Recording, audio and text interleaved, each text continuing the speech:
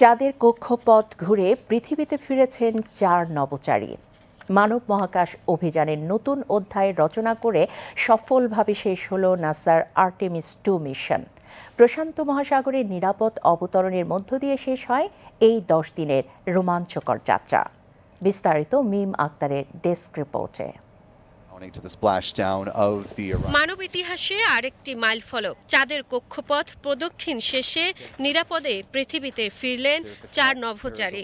Artemis 2 মিশনের Orion মহাকাশ যানটি যুক্তরাষ্ট্রের ক্যালিফোর্নিয়ার সান ডিয়েগো উপকূলে প্রশান্ত মহাসাগরে সফলভাবে অবতরণ করে। মিশনের কমান্ডার রেড ওয়াইসম্যান জানিয়েছেন, একটি অসাধারণ যাত্রা শেষে 4 নভোচারী সুস্থ রয়েছেন।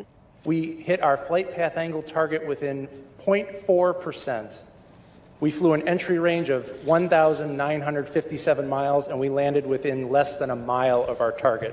10 দিনের এই অভিযানে চাঁদের দূরবর্তী কক্ষপথে পৌঁছে নভোচারীরা পৃথিবী থেকে প্রায় 2,52,000 মাইল দূরে অবস্থান করেন, যা ভেঙে দেয় অ্যাপোলো 13 মিশনের আগের রেকর্ড।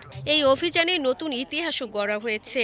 ভিক্টর গ্লোভার হয়েছেন প্রথম অশ্বেতাঙ্গ নভোচারী যিনি চাঁদের কক্ষপথে প্রথম ভ্রমণ করেছেন। ক্রিস্টিয়ানা কোচ হয়েছেন প্রথম নারী, আর জেরেমি হ্যানসেন প্রথম ও অমার্কিন নভোচারী হিসেবে এই অভিযানে অংশ নেন। মহাকাশে অবস্থানকালে তারা প্রত্যক্ষ করেছেন উল্কাপাতের বিরল দৃশ্য, যা এই অভিযানে যোগ করেছে নতুন অভিজ্ঞতা।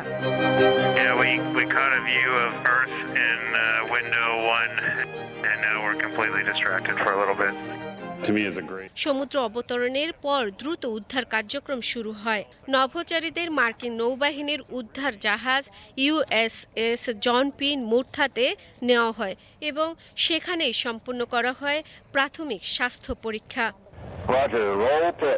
এই মিশনটি মূলত ভবিষ্যৎ পরিকল্পনার একটি গুরুত্বপূর্ণ ধাপ।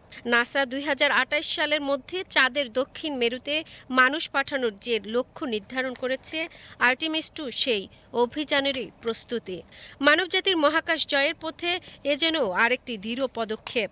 মানব মহাকাশ অভিযানে নতুন দিগন্ত উন্মোচন করল আর্টেমিস 2।